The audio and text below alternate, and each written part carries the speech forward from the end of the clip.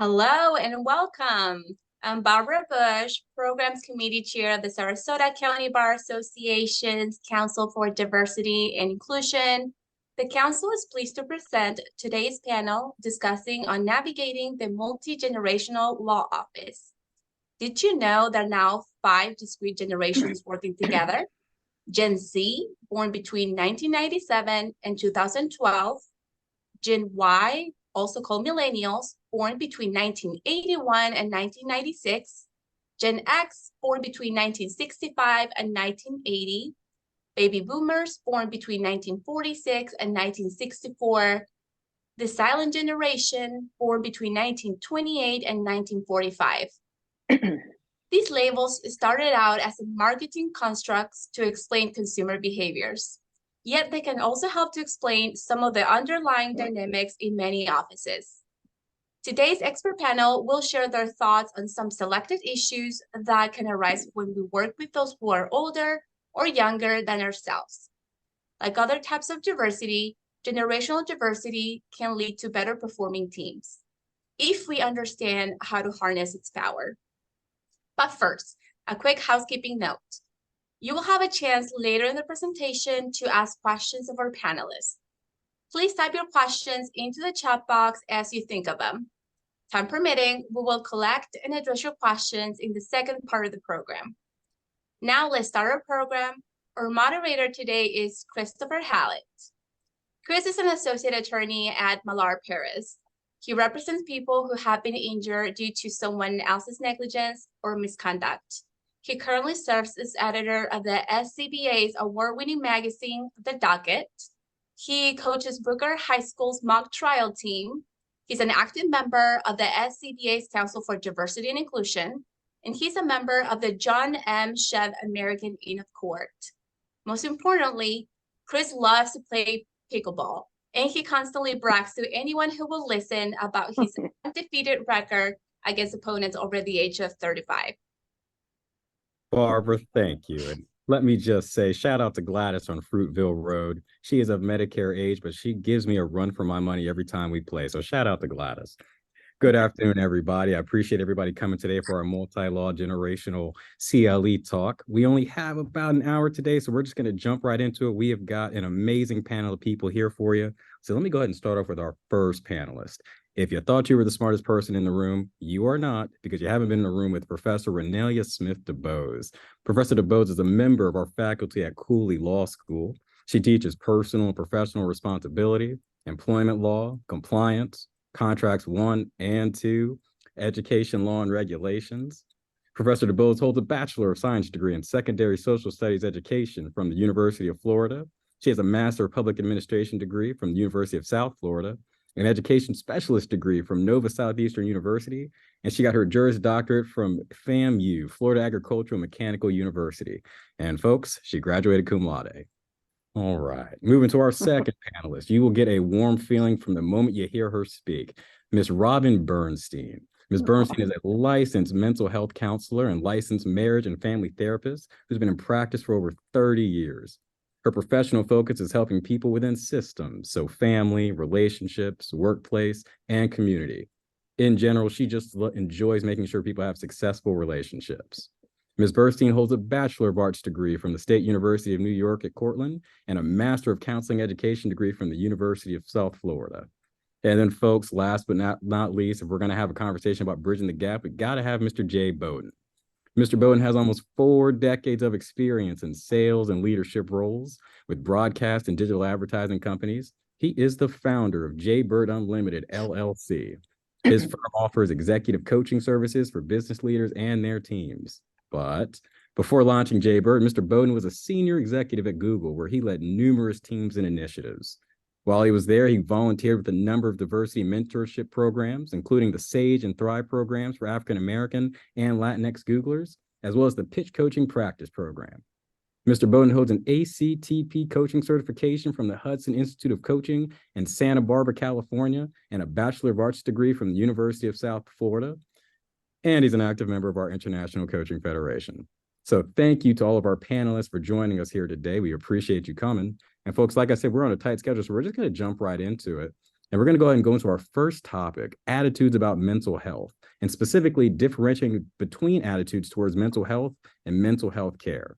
And I know this can be a broad topic, so Ms. Bernstein, I want to pass the ball your way first. In your practice, do you see differences among the various generations and their attitudes towards mental health and mental health care? Let me just say first off, for the people who are listening, Chris, and thank you for that lovely introduction. I do come from a systems background, and so the mental health and attitudes and issues that come up within a system started when we were born. They come from our family, they come from our coping skills that we were taught, and they come from where our parents came from too. So the differences would be like the parents who came through the Great Depression, that came through wars, the generations of 9/11, the pandemic, living with addictions, all of these different traumas interfere with and kind of mold the way our mental health will develop. So yeah, I think it is definitely evolving. I don't think anybody would say that I'm a shrink anymore. I think that has changed considerably.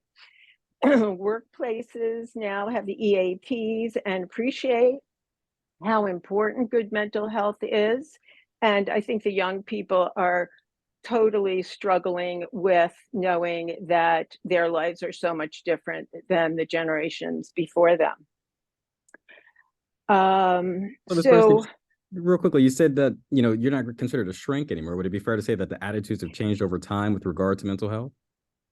Yeah, I would say so. I would say there is a new appreciation and an acceptance level that wasn't historically built into the medical field of psychiatrists and counselors. So yeah, I do think that has changed. I also think that considering all of those mental health issues, that in the workplace, since we're talking about being in a multi-generational office type of setting, that it's important to understand how you have established your office, which is now your new family background for the new hirees. Are you going to be autocratic? Are you in charge and you do what I say? Are you going to be democratic and we're all equal but not the same? Or are you going to be permissive and it's loosey-goosey and we'll see where it goes? So knowing how and what your style is, you can hopefully look for hirees that will fit with your ability to come together in a healthy way. I like the idea that we are definitely evolving mentally and emotionally, physically and spiritually due to cultural stuff, let alone what's happening in our own families and our own systems. So yeah, I think it's a state of evolution, mental health and attitudes toward it. But I think that there's a greater appreciation today than ever before. And I tell you what, Mr. J. Bowden, J. Bird LLC, I want to come your way and I want to stay on that same topic. Can you kind of answer that same question and bring your experience into it, just regarding mental health and the attitude towards mental health that you've seen in your time? Absolutely. Yeah, I think, the silent generation, I say today's generation, they're no longer silent, right? By way of the internet, by way of social media, like everybody has a voice. I truly believe the internet leveled the playing field and gave us all a voice. Funny story, Chris, or not funny, but telling, right? I'm vacationing, I'm visiting an old friend, and I end up in a small boat with 4 20-somethings that were just graduating college, right? And we're chatting it up, everything else in the world. And somehow it comes up and the one goes, oh, well, I just fired my therapist and I just love my new one. All 4 of these 22 to 24-year-olds had therapists and we're completely comfortable talking about it. So what I love about today is that A, everybody has a voice. B, I proudly say I have a therapist, I have a life coach, I need help. I want people to support me and help me. The more that leaders do that, in my opinion, the more open-minded anybody would be for it. And to Robin's point, like now there are EAP programs, there are tons of benefits typically included, at least at the companies that I've worked for, that people can take advantage of. And I think to encourage them to do that is super important. There's still a bit of a, I need help versus I want help out there. So I really like to encourage that. And I find more often than not that today's generation, the millennials, are taking advantage of these opportunities that they have. And honestly, it's because the world is more complex than ever. You know, you just look at the things that have gone on in the United States just yesterday, and you understand the types of things that our young people are dealing with, ourselves as well. It's super complex. And so I think today more than ever, A, they're open to it. B, companies are realizing this and offering great benefits. And C, they're sharing that that's something that they're going through. And for me, there's always more benefit and power when you feel like you're a part of a group versus an anomaly. Okay, and I tell you what, we're talking a lot about young people. So let me come to our education extraordinaire, Professor DeBose. Let me ask you, is this kind of a chicken and egg kind of topic? And I mean to say that is, are lawyers more open about mental health care today because more of them are facing mental health challenges, something like addiction? Yes, lawyers today are more open to facing their mental health and addressing their mental health, but it just didn't happen through happenstance. In 1990, the American with Disabilities Act was passed. And basically it said that government agencies, people that are in the business as public entities, state and local governments, that their departments and agencies and other instrumentalities or special purpose districts, that they cannot discriminate against people based on disabilities. And we know that mental health issues are something that people have to address.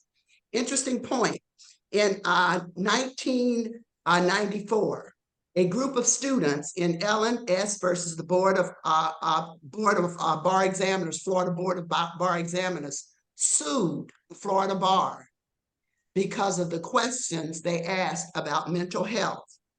And the federal court, this is in South Florida, the federal court ruled that, in the federal court in South Florida, ruled that the court questioning an applicant as to whether she has ever sought treatment for a nervous condition, a mental condition, or emotional disorder violates Title II of the Americans with Disabilities Act that passed in 1990.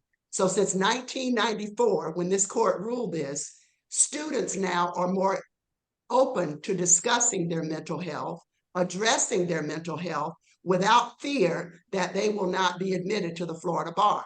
So is it the chicken or the egg? No, we've become more sensitive, more sensible, and more educated in that a unhealthy person doesn't make for a good employee.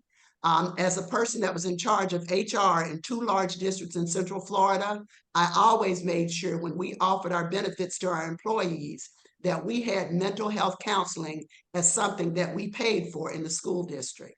And so, interesting, the Florida Bar was stung for this. And lots of people don't know that. But yes, the federal court said the Florida Bar could not ask those invasive questions and use them to keep people from practicing law. Now, we want healthy people practicing law. The practice of law is stressful, it is difficult, but if I ever, based on this, if I ever had a therapist, then they're going to call me for a hearing. And so the federal government said, no, we want our young lawyers to be healthy people. And I tell you, I want to give you another 30 seconds here. And I just want to ask you a question I'm having on my own head. Are you noticing in your own teaching of your students that students are coming up to you more and more often about their issues that they might be facing in law school? Absolutely. And having been a high school teacher for not quite as longer than I've been at Cooley, yes. And I always want students to have somebody to talk to. Imagine if you had grown children, as I did, one in medical school in Louisville and one at the University of Florida, are working on a doctorate in rehabilitation science. As a mother and a caring mother, I can't be there for them all the time. I hope somebody will notice if my children are looking and acting like they have problems. And I always, where children move, we always go to church with them and find somebody to say, would you be my child's village? Will you look after them? If they're looking like they're struggling, will you let me know? Many students come to school with no support. And one of the things I do, even for my law students, I'm always the last one to leave. If it's a virtual class, I say, I'm going to be the last one to leave. If you'd like to talk to me, I'll be available. When we went virtual, I heard my husband talking to my daughter one night, and I guess she said, Mom was supposed to be off the call at 8:50. What is she doing? And my husband said, well, she teaches for 3 hours and she counsels for 2 hours. But I always make myself available to my students. And I always wait for the last one to leave. And when I see one kind of hanging around, I'll say, if you want to, we can go to my office, or we'll wait till everybody's off the call. But yes, law school is stressful. The practice of law is stressful. And these students have been raised in a generation where it's okay to say, I'm struggling and I need some help. And that's a good thing. The sad part of that is that the federal courts, and specifically in Florida, a federal court had to say, we're not going to tag them as being unfit for the practice of law because they have sought help with their mental health. And I tell you what, sometimes the wheels of justice move just a little bit too slow for, but we're getting there. We're getting there. Yeah. I tell you, let me open this back up to the panel. Let's kind of come to a close on this topic. So for each of you, I want to give you guys about 2 minutes each. And I want to start off with you, Ms. Bernstein.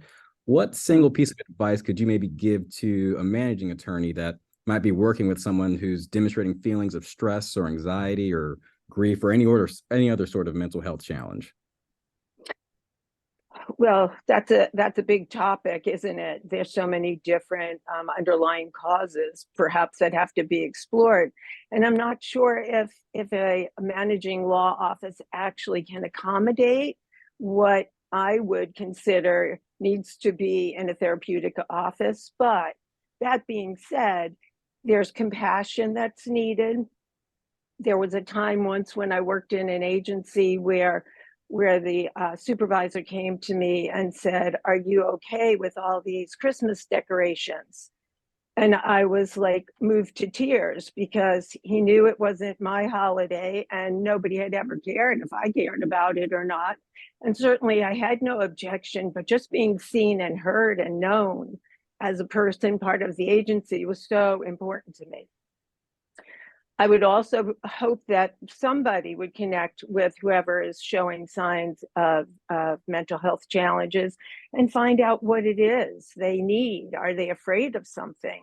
Are they, do they have the connections to people in the office to support them if they're doing poorly? I also think that it's really important to have those retreats that I've heard different companies do, where they go for the weekend and they, do the obstacle courses, and they learn to trust each other and become connected to one another. I think it's just, again, the family that needs to be connected to the idea that we are all in this together.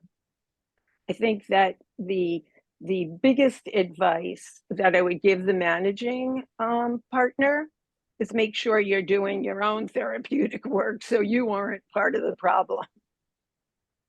All right. And I tell you what, Mr. Bowden, I'm so sorry that I made you follow our mental health professional here, but I'm coming with the same question to you. What kind of advice could you kind of just give to a managing partner who sees that they have an employee dealing with a mental health issue? Well, I'll just pick up right where she left off, and you didn't steal my words, but my thought there. And so we call it putting the oxygen mask on first. So when you go on an airplane, right, and they're teaching you all the instructions, they say, and when the oxygen mask falls down, put it on you first. You cannot help other people if you don't have oxygen yourself. So as leaders, and I've been a manager and a director of, multiple teams over the years, it's most important that we take care of ourselves so we can take care of others. The other part, Chris, is just to make people super aware of the benefits that the company might provide. Another thing I think a lot about today is this work from home, or WFH, right? Like, it's hard to establish personal connections and relationships with human beings when you're looking into a screen like we're all doing right now. Numbers of teams are working from home. I don't know the law field as well, but if you can be in person, almost to the point of Professor DeBose, where when the call's over, say, anybody want to stick around? Or what I like to do at the opening of a virtual call, I say, hey, let's go around real quick on a 1 to 10, 10 being I'm feeling great today, 1 being I feel like crap today. How you doing? And that way, when someone's not showing up really well in that meeting, you have an understanding why. It sometimes works itself into maybe 10 minutes of the meeting in an hour meeting. I'm fine with that. Let people talk, let people see that we're all, my line when we were going through COVID was we're all in the same storm, but we're in different boats. So your house, your family, your individual might be having a different day than you. So I just say, ask a couple of these open-ended short questions. How you doing? And by the way, 99% of people in America say great. Say, how else? Because we're not great. Every day is not great, but we don't think anybody cares. So care, make sure people know about the resources around them, and take care of yourself first. Mr. Bowen, that follow-up question of after asking how someone is doing, that is so important because we all have our own issues and we all deal with something, but sometimes we truly feel like no one honestly cares. And so we don't actually give that extra oomph to answer the question. So I think that's incredibly important. And I tell you what, Professor, bring me home on this topic. One piece of advice you could kind of give our panel here and everyone else about managing partners and how they would have to deal with the mental health issue of an employee. First thing is to model the behavior that you expect. If your work-life balance, if your work-life balance is tilting in the wrong direction, then you don't have the credibility with the person you're trying to help. If you snap at your secretary, I've taught young people long enough to know that they don't like hypocrites. So if I'm mean and unsettled, so the first thing is to not just check on people, but model the behavior that you expect everybody else to have. Be the person, model it. The second thing I would offer, and I'll say this as a 66-year-old woman with 2 children and 6 grandchildren and 2 in-law children, taking care of young people is messy. You've got to ask them the question, and then you need to be prepared to see it through. I think about when I first got married, and I've been married to my husband for 45 years. The things we fought about, if older people hadn't helped us, we wouldn't have made it. So you've got to be prepared to go through the storm with them if you really want to help them. You don't ask how you're doing and they say fine and it's over. You've got to say, well, what's fine and what's not fine? Or as I say sometimes, what is your rose today and what is your thorn? And to get them to not just say, I'm fine, but I've got to model the behavior that I want them to have. That's why I'm so open to inviting people into my home. I've got to take care of the whole person, not just the work person, but the person that has to go home to a set of newborn twins. I've got to make sure they're okay emotionally. And I've got to be willing when I do that to make sure that the work gets done. If it's a therapist that you need, if it's somebody you need to eat lunch with, but I like to tell people, taking care of young people is hard. It is very hard. It takes a lot out of you. But I like to say to people who are successful late in life, you didn't get there by yourself. Somebody helped you. So we need to be there to help young people as they're navigating the work-life balance, and as they come into a law firm right out of college. Some of those students have never had a full-time job, and so we've got work to do. Or we can let our employees keep turning over, which is very expensive. I used to be in charge of a new teacher training here in Hillsborough, and so I'd have 9,000 new teachers. When you're on a new job, you don't even know where the bathroom is for a year. Hello. So if I'm spending all of my time every year recycling through people, that's expensive. And so I want to train you, but I want you to stay with me. And so I've got to model what I want you to be. I've got to admit when I'm not modeling, but I've got to be willing to help you. I've got to provide the benefit for you. I've got to give you time to take care of yourself. Professor DeBose, I'm not going to add anything to that. Way to put a bow on that. And I tell you, I'm going to come back to you in just a second for our second topic here. We're going to delve into the business of law practice itself. So in other words, how do the differences and attitudes about the underlying economics of value of legal work and how that affects the work itself in a multi-generational office. So I know myself, I hear older lawyers kind of tell stories to us younger lawyers, and they'll say, hey, you don't want to pay your dues or put in the hours necessary to kind of master the practice of law. But at the same time, I'll hear from other younger lawyers and they'll tell stories about how the older generation, maybe they've been greedy and they haven't shared that economic opportunity that's presented by the legal practice. that the older generation kind of keeps moving the goalpost for things like equity and partnerships and law firms. And so they feel like they're stuck maybe in a time warp where lawyers were evaluated on their clothing and grooming choices and how they cared for themselves in the workplace. So Professor DuBose, like I said, I'm coming back to you. Talk to us. What do you think is going on? And two-parter, since you're our professor, we'll go to two-parter here. What role might professionalism and ethics play in some of those dynamics? Well, first of all, we've got to realize that we are dealing with people that baby boomers. I'm a baby boomer, okay? We're dealing with millennials. We're dealing with young people who have 24-hour access to television and everything that's happening there. In my generation, in my town, after 8:30, 9 o'clock, 10 o'clock at the latest, after 10 o'clock news, it was off. So we're dealing with people that have 24-hour a day access to watch the rich and the famous lifestyles, number one. We're dealing with students who have not always been exposed to formalities such as dressing for success, showing up on time. When I was at the University of Florida, my last year in 1978, I took a marriage and family class. And at that time, 30% of marriages in America ended in divorce. Today, it's better than 50%. And it's even higher for second and third marriages. So we're dealing with students whose parents were stretched thin, who are competing with Facebook, that are competing with the internet 24/7. And those students are coming to us as young lawyers. We have to help them. We have to help them as in terms of professionalism and ethics. We've got to teach them about building a business and what it takes. We've got to talk to them about topics that are unpopular, and I'm looking at one of my students that I won't identify. We've got to talk about social media. We've got to talk about substance abuse. We've got to talk about work-life balance. I do this as a professor. We've got to talk to them about professional attire. We've got to talk to them about their reputation in the community. And if we don't, as when I'm talking about professionalism and ethics, we're being negligent. We're negating what we were put there to do. You've got to be intentional and talk about those tough topics. I talk about professional dress with my students. True story. I went up to the law school one day during the break to pick up my exams. And I had on a golf shirt and some capri pants and some sandals. And one of my students was there getting something.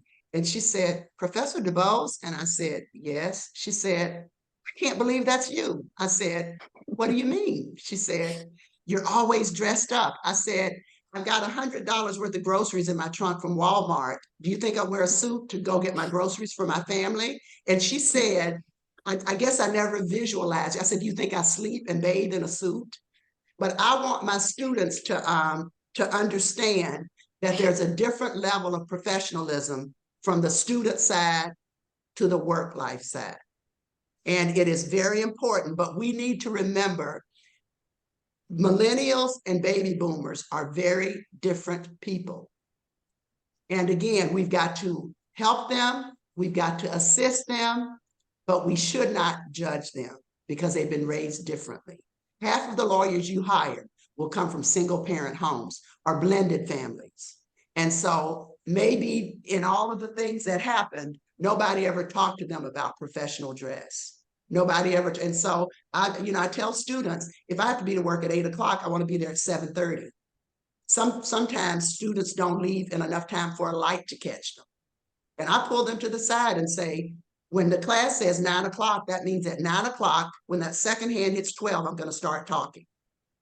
And you need to be in your seat. When you're practicing, when the bailiff says, "All rise," that doesn't mean you're running through the door shuffling papers. That means you're ready to go. And so, again, I will say that we don't have another set of lawyers coming up. This is all we've got. It's the bottom of the knife. There's nobody on base, and we need this young lawyer to swing the bat. So we're not hiding people in the closets that look like us. We've got what we've got. And so we've got to be willing to invest the time, attention, tolerance, and acceptance that it takes to get them there. Again, I've had young people, my children, doing tough stuff away from me. And I'm very thankful that people helped them and nurtured them and even came to their weddings when they had to travel and I knew then that somebody was there helping my child. I'm going to help young lawyers as much as I can and spend the time. And when they come to your law firm and you see they're a little rough around the edges, put on your best coaching hat and help them grow into the profession. Don't judge them. Don't talk down to them. Ask the tough questions and be ready to listen to the answer without going, oh my God. No, you don't do that. You prepare yourself. If they give you a genuine answer, you say, okay, let's talk about this one. And I learned as a high school teacher, when you ask a kid how they're doing and they tell you something, you can't scream. You can't look shocked. That child is coming back to you for 190 days. So it's your job to help them get over the line. And I'll tell you what, Professor, I think you'll appreciate this. My baseball coach used to always say, if you're early, you're on time. If you're on time, you're late. And if you're late, don't show up. That's the problem for me, though, was my dad was my coach. So I was riding in the car with him. All right, let's see. Jay, I promised you I wouldn't put you behind our mental health professional again. So I'm going to come to you this time. And I want to stay in that same vein. Professionalism and ethics. Have you seen those dynamics happening in your workplace? And if you have, what are some things that leaders of companies can do to address them? Yeah, well, thank you, Chris. And then, for Professor DeBose, thank you for the nod to coaching at the very end of your time right there. Because, I do believe in that, Chris, honestly. I think for people on the call today, I think there are 3 roles that we can play or that you can have in your career that can really help you get where you want to get, right? Because part of your question revolves around like time and role, things like that. And working at Google for 16 years like I did, I mean, everybody wants to go fast. Everybody, everything, give me more, I want to go fast. Why didn't I get promoted this cycle? How come I only got a 5% raise? Oh, and by the way, they talk. So when somebody got a 5%, they know somebody else got this. When somebody got this, they know somebody else got that. So not just the Glassdoor and these types of sites on the internet, but also people in your firm, people in your company, they do talk to each other. And there can be an us versus them mentality. So Chris, I think having a sponsor, a coach, and a mentor, and knowing the difference between the 3 is really, really helpful. And by the way, regardless of age, anybody can play that role. So the difference is a sponsor is someone that advocates on your behalf when you're not in the room. So for those on the call, if you're coaching people or you are that person, who can you think in your mind right now? Oh yeah, they know my work well. They know the quality of my work, and they're in some of those rooms. In your case for partner, in my case for promotion to the next level, right? They know my work well enough, they can represent me, and they would.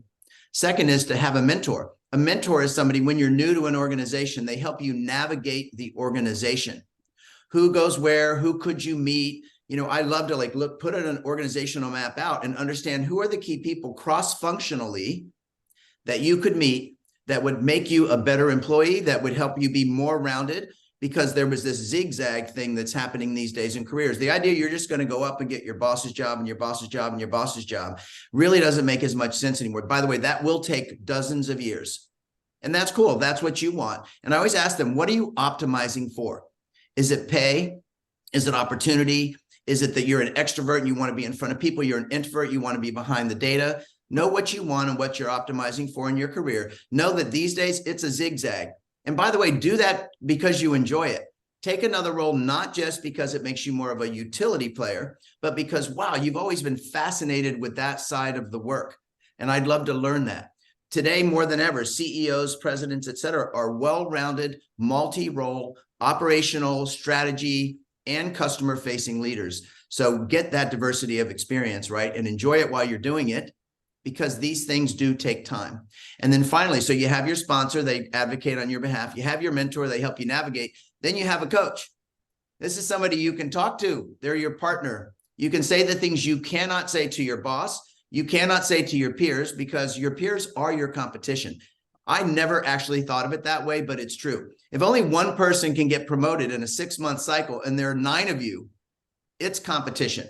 So discussing things with them might not be the most ideal. So have someone that can coach you. I call myself a sounding board. I call myself a secret weapon.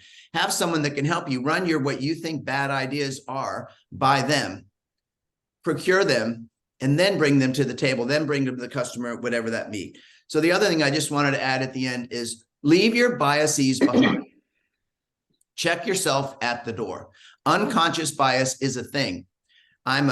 Similarly, I'm now a 60-year-old white male as of Monday, and I see things the way I saw things. My experience is my life. That's how I saw things. When I see things today, it doesn't really matter. I'd rather meet you. I did this the other day. I met someone, their screen, their camera wasn't working. This is great. I don't care what you look like, what color you are, how old you are, what. I only care about you as a human being. So if I can check my biases at the door, and by the way, doing this work for a long time now in DEI, I had a ton of them, right? And so now to see everybody as the same, to give equal opportunity to other people, check my biases, and then let multiple experiences, multiple types of people be promoted throughout the organization is a sign that we're adding to culture. We're not looking for a culture fit. So in the day, we would say, oh, we want culture fit. Hey, come in. Are you like us? Oh, yeah, they fit right into the team. Let's plug them in. I want culture add. I don't want you to be like the rest of the team. I don't want you to laugh at my bad dad jokes. I don't want you to be from the exact background as me and the other people on my team. I want you to bring a diverse history and experience to this team. Add to our culture. Don't just fit into it. And Jay, let me just say happy belated birthday, and don't let anyone tell you that you look a day over 35, my man. Well, I'm struggling to say that number out loud. I'm very proud of myself that I said it in this crowd. So, thank you, Chris. You're right along that age group that I like to beat at pickleball. So definitely give me a call. Oh, well, I heard your call. I'm going to be in Sarasota for the holidays, so watch out. That's what I'm talking about. Let me come to my mental health professional here, Miss Bernstein. I want to stay in that same vein just regarding the attitudes between that older generation and younger generation of lawyers. Do you have any sort of opinion about the underlying emotions that might drive those attitudes? And let me just give you an example. So what do you think might be going on when an older lawyer criticizes a younger lawyer for, say, not working, quote unquote, hard enough?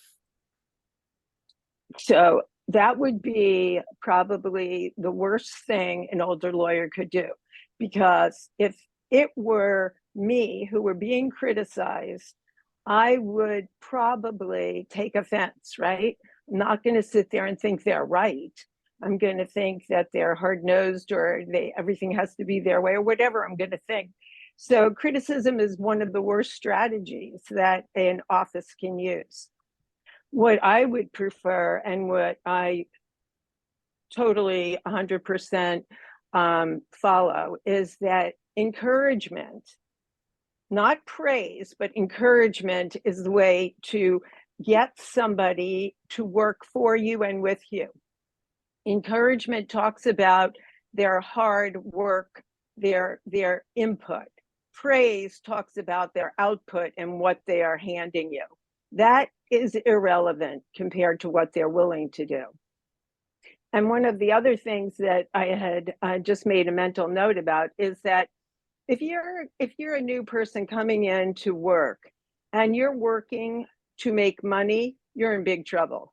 You got to be coming in to work because you love it, and because you want to get better at it, and because this will motivate you to have a happy life. If you make $100, it could feel like $1 million if you're happy. If you're unhappy and make $100, it can feel like you're being cheated. So it's all of kind of a, let me get in touch with myself, let me be present, and let me make sure that nobody is stepping on me to elevate themselves. And Ms. Bernstein, to your credit, I like to come into my office with McDonald's and I get stares from all the other people, but that McDonald's makes me happy. So I'm going to keep doing it because of the advice you gave today. Good for you. All right. Listen, we've got one more talk and we've got a little time. We might be able to get some questions in from the audience, but we did want to just touch on some of the differences in attitude towards technology here today. And so I know a lot of younger lawyers will, tell stories about the older lawyers who don't really want to embrace the new technologies because they feel overwhelmed by the digital age. And I think as a result, I think we could all agree at this point in time, your practice will probably suffer if you don't embrace that technology. But at the same time, you'll have older lawyers talk about younger generations that, hey, you rely too much on your gadgets and your social media, and you're interacting with too many people in real time. So I tell you what, Mr. Bowden, I'm going to come off. I'm going to start with you. You are a former Googler here. You've seen and sold others on advanced technologies like artificial intelligence, so you should understand better than most the benefits that these technologies bring to the modern workplace. So I ask you this: how can a younger lawyer coach a more senior colleague who may not appreciate those benefits? Yeah, well, I mean, the first word for anybody teaching anybody anything is to be patient, to go slow. Like even at this point, and to your point, Chris, I've been around all this technology my whole life, right? And when I asked my son to show me something on my phone, he's 27. Okay, whoa, slow down. So I think as if you were helping me with something, I would say, first of all, I always ask the person that's learning to drive. So you put your hands on the keyboard, you put your hands on the phone. I'll give you instructions or help you with how to do it. But I think we learn more when we actually do than if we watch someone do. So I like to let them drive, first of all. The creation of all that, so machine learning, artificial intelligence, automation, the actual purpose of them in the workplace is to gain efficiency. It's purely to let mundane, tactical things get done by a machine. And I think when we think of it that way, that this is a time saver. By the way, whatever you want to do with your time, it doesn't mean, oh, that I'm going to get more work out of you per se. It might be I'm going to go play pickleball. It might be I'm going to go, spend some time with my family. But if we can let the machine do things we wouldn't. I love voice to text. I love a little chat GPT when I'm trying to update my website. I'm not proud. I'm not a great writer. And if I can put a few thoughts in there, give the tone that I want, and I push send, and within 1 second, I've got something written better than I could do in 6 hours. That's the purpose of that technology. So I think when it comes to the generational divide there, whatever you want to call that, I think, yes, our millennials and our kids, whomever, they've grown up with this technology, so they know it better. I would say don't be afraid of it. But A, it can be really helpful for this efficiency purpose that I talk about in the workplace. And B, it can be super detrimental that you can get sucked into 90 minutes of TikTok without even pulling your head out of the screen. And you just lost that hour and a half that you gained by using AI or ML in the work that you're doing. So for me, I want to live life present. I want to be in the room that I'm in, and I don't need to be distracted personally by social media. So the time I get back, I like to either put into things that I'm doing for myself physically or in petting my dogs, walking my dogs, spending time with my family versus getting sucked into a vortex I might never get out of. So on the helping others, let them drive, right? Go where they are, like be where the client is the way I think about it in sales, or be where my client is when it comes to coaching. If they're super slow technologically, don't show them the newest, greatest thing. Show them the next thing that might help them out there. For everybody on the call, come up with a password saver, come up with a way to use one of these devices these days that it's not always, oh my goodness, my password for this, my password for that. Like if that's the first thing I would teach anybody, it would be that. Come up with a super secure password or multiple ones, but house them in some of these different apps that they make today, where then you only have to remember one thing and it works across the different apps you use. I think passwords and getting in and all these things can be some of the most frustrating parts of technology for people that don't know it. And yeah, that's what I think. Thanks for asking. And I think it just comes back to the main thing you said. It's patience, man. It's patience. And just very quickly, it's like Charlie is saying, be careful because 70 is a whole lot scarier once you hit that age, Jay. Okay. Yeah. Well, thank you. I'm going to get through 60 first. But yeah, I thank you for that. 1 year at a time, 1 day at a time, actually. There you go. Professor DuBose, I want to come to you and I want to bring about a little bit of what we kind of talked about off screen, because you and I discussed how, recent law school graduates, they're not actually staying in the business of law these days. Sometimes they're kind of branching out and doing different things. So I want to kind of bring that topic into this one. But we've also been talking about the evolving economics of legal practice. And so let me ask you this: how does technology kind of fit into that whole scheme? And then what other changes do you see on the business side of law? Well, one of the things we need to realize is that today's law school graduates have choices. And I think that they have choices because America realizes that if you can get through law school and pass the bar, you must be a very bright person. We can hear all the law jokes you want. And if I ever meet Steve Harvey, I'm going to say to him, because he always says, who are the most unethical people? And it's usually lawyers and used car salespeople. And I'm going to say to him, when your ex-wife tried to take all of your money and your son got arrested for something he didn't do, who'd you call? So with that, I would like to say that students have more choices. I did not practice in a law firm. I spent my time as an HR person working for governmental entities. The Bureau of Labor Statistics today says that compliance is the fastest growing high-level profession in America. And people like for lawyers to be in those positions. Why? Because they bring certain attributes. First of all, whatever you handle, if you're working for Boeing, as a lawyer on that team, you bring confidentiality, attorney-client privilege, work product safeguards for that entity. And so as I teach my students today, and I teach a lot of electives, compliance, education law, and labor law, employment law, these are some of the places that my graduates are working today. And I made a list. Deutsche Bank, Citigroup. I have a student that is the Title IX coordinator for all of Virginia Tech's equity and inclusion department, remote campuses all over Washington, D.C. I have our own director at Cooley left Cooley and went to work at Tampa General Hospital because I gave her an ad. They were looking for a lawyer to work in their compliance department. And Daniela calls me and says, Professor D, she was one of my students, she's director. She said, do you mind if I take this job, apply for this job? And so everybody at Cooley looks at me sideways because they said, we lost Daniela because of Renelia. I have students that work for University of South Florida. I have students that work for the University of Anchorage. I have students working at Suncoast Credit Union. I have students, you name it, they're gone. And so one of the things I would tell veteran lawyers is that young person that you're not taking care of, they have options. I remember when I was in law school at FAMU, I was the oldest person in the class, but we were doing a trial practice class. And my daddy was a Baptist preacher, and anybody that's been a preacher's kid, you know, you learn to stand and talk before you can walk very well. And so my professor came in and she said, Renelia, you are so good on your feet in front of a group. You will be a Johnny Cochran in the field. And I wanted to say to her, I'm not practicing law. I know from when we turned in our professionalism paper and we had to put our salaries down because the ABA tracks that, I make more than everybody except the dean at this law school. I'm 48 years old. I got a mortgage, a new Lexus, and kids in college.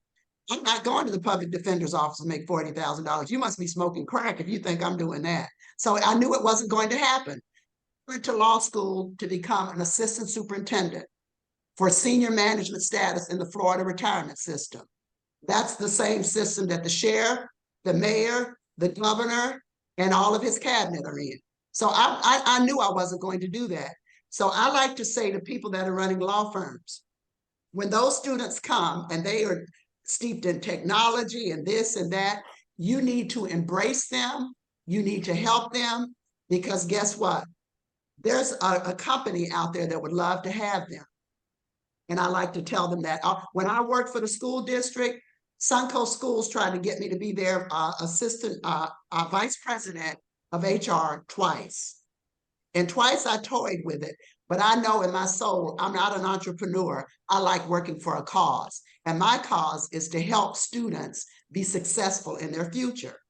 So when we think about bridging this gap, students coming out of law school today are not desperate people. They know they can work remotely. Many of the students that are graduating now, they took their first 2 years of law school online. So they know they can do it.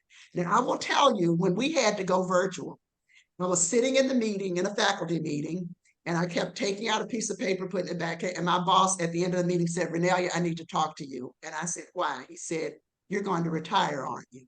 Now, I'm 63 years old. Okay, I've already retired from Florida retirement system. I'm living well. I have no kids in college, no mortgage. I'm at that age when it's nice to be 60, Jay, when you finally feel like nobody's on my back. Okay, it's me and my husband and we can do whatever we want to do. My husband played for the NFL, retired from GTE, retired as assistant principal. Finally, nobody needs my money. Hallelujah. I thought I'd never get there. And so I said, I might retire. I don't want to teach online.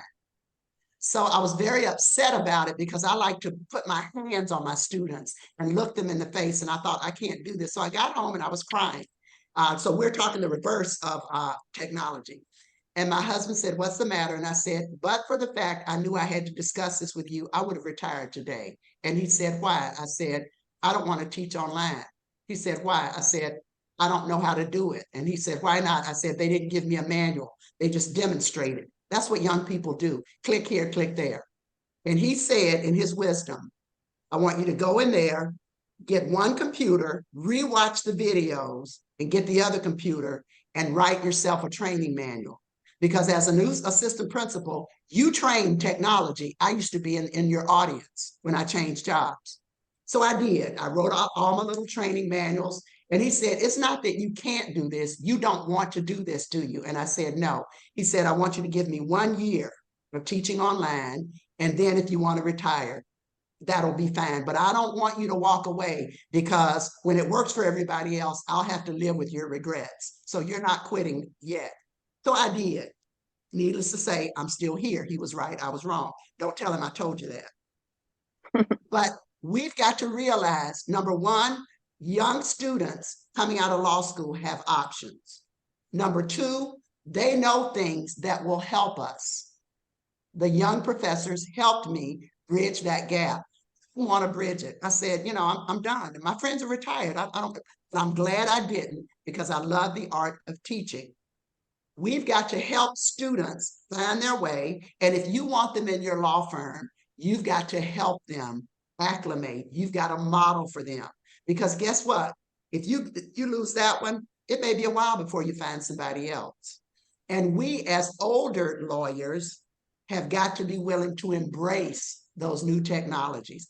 I literally thought, I'm not going to teach online. I don't think it's right. I think there's some ethical issues. I can't see people on a 2x2 picture. I actually had so many students, couldn't even see them all at once. So I took on a teaching assistant to help me because there were too many to be on one screen.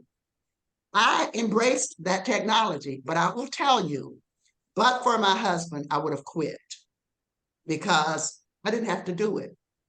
But for you taking care of new lawyers coming to your practice, they'll quit because these companies are hungry for them. Because regardless as to what Steve Harvey says, America knows that attorneys are very smart people. But for compliance officers, Boeing would have gone out of business when those MAX jets fell and killed almost 600 people. Their compliance people convinced Congress, we know what we did wrong and we're going to fix it. And they worked with the FAA because one of my husband's relatives works for the FAA. Those compliance officers worked with the FAA to get Boeing back up, stopped them from training new pilots on iPads, and put their behinds back in the seats with veteran pilots. So yes, new lawyers have options, but they can teach veterans like me things, and we can teach them things about lifestyle issues. And that's what we're facing now. I have friends with law firms that have been, they call me all the time. Do you have another lawyer? Do you have a graduate? I do, but they just got a job with Virginia Tech. They just, Citigroup just hired him. And they say, well, I need one. And I say, okay, let's see in the next batch. So young lawyers have a lot of options, but it is the job of veterans to help them acclimate to the practice and let them teach you some things, okay? Those young people on staff at Cooley taught me some things about teaching online. I didn't want to embrace it. I wanted to run, and I'm glad I didn't. I think just importantly, coming from that, just bridging the gap between the veterans in our profession to those rookies and making sure it's an easier transition for them. That I think that's a huge message to take from that. And also, I'm also hearing that maybe Steve Harvey wasn't your favorite host on Family Feud. But I love Steve Harvey, but he's had some questions that, you know, who are the most unethical people in America? And it was politicians, used car salesmen, and lawyers. And if I had his address, I would have written him a letter that day. And who did you call when your son was arrested in Atlanta going to Morehouse? I wonder who. Hello, they'll always need us. They'll always need us. Ms. Wait. Bernstein, bring us home. I want to kind of tie this all together. So we kind of started the seminar off by talking about the differing attitudes just towards mental health in general. Let's tie that back to technology. What are some of the positive and negative impacts for new technologies that might have might have an impact on mental health in the office environment? And I'll give you a two-parter. And what might be driving some of those generational differences and attitudes towards technology? Truly, Chris, I am not the person to answer that question. I am so anti-technology because, like Renata said, I know so little about it. And I had a 26-year-old in my office yesterday telling me about social media and logarithms and all these words I don't even know what mean. And I thought, I am a dinosaur. And you know what? I'm a happy dinosaur. I can do it this way. I think the connection is so important. And I think the responsibility of the individual is what drives technology, not technology driving the individuals. So that being said, I think it's just really important to embrace our connections to humans so we don't lose that, and to slow it up a bit. You know, I get in front of a computer and it's like an hour, and I'm like, I'm so mad I did sit for an hour in front of a computer. So I got my issues with technology. Sorry. That's okay. That's okay. Let's see. I have one last question for our panel. Looks like we got about 3 minutes here. So our audience includes members of the silent generation, members of Generation Z, and then everybody in between. So real quick, guys, 30 seconds. What is the single most important thing that our audience members can do to embrace that generational diversity in the workplace? Jay, we'll start with you. Talk to me. Be helpful. Very simple. Regardless of who you are in that equation, be helpful. Give people confidence. People are struggling. We're in survival mode.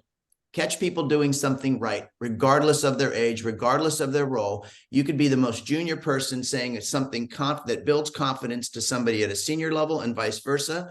People struggle with the imposter syndrome. Most of the time, we don't feel like we belong in the rooms that we're in for our own reasons. Say something nice to them. Tell them when they do a good job. You know, I like a 2x2 feedback, Chris. At the end of a conversation or something, say, tell me one thing you think you did well and one thing you thought you could do better. And then I'm going to tell you one thing I think you did well, and I'm going to tell you one thing I think you could do better. Real-time feedback so people can grow.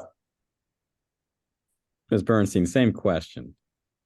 So I would say do not use age as a divider, that there are many ways and solutions to overcoming things. And if you are struggling with someone in particular, I suggest you take a real good look at yourself, because it's probably something in you you're not willing to look at. 20 seconds, Professor. I've got producers in my ear telling me we have to go. Okay, I want to say this. My daddy was a member of the silent generation, and he was raising baby boomers. And at his church, he accepted girls with afros, mini skirts, and even bikini bathing suits when he took the Sunday school group to the beach. My daddy was building a new church when most of his colleagues' churches were going out of business. Think about that one. And now those girls with those mini skirts, bikinis, and the boys with the big afros are now doctors, lawyers, and everything else. We've got to embrace the next generation coming up. If we don't, we'll all be in trouble. We're not going to have any more baby boomers. They're up to bat. And it's our job to be their batting coaches to help them be able to take over this society when we're no longer here to run it. I learned that from my dad. He was very strict and very conservative, but when it came to young people, he always he was building a church at age 70. And I said, Daddy, you're too old to do this. He said, I'm just watching the money. Those young architects, those young engineers, they're doing the work. His church went to another building, seat 500, when his friends' churches disappeared because they refused to get those old deacons and those old people into position to coach the young ones coming. Even though they look weird with short skirts and tight shirts on, that's all they had coming up. Right. To our panelists, thank you so much. I've got to turn the mic back over to Barbara. We promised 1 hour, and so we're doing our best to make that time. Barbara, take it away for us. Thank you, Chris. I wish we could continue this conversation, but unfortunately, our time is up today. We hope you found today's panel discussion interesting and informative. The Sarasota County Bar Association Council for Diversity and Inclusion would like to thank our panelists and our moderator for their thoughts and perspectives. Now, this course has been approved by the Florida Bar for 1 CLE hour. Our course number is 2310443N as in Nancy. Again, that number is 2310443N. In the coming days, we'll make this video CLE available for viewing on the Sarasota Bar YouTube channel. Don't forget to like and share with friends and your colleagues on your preferred social media channels. And thank you for joining us today. Thank you, everybody. Thank you to our Thank you. panelists.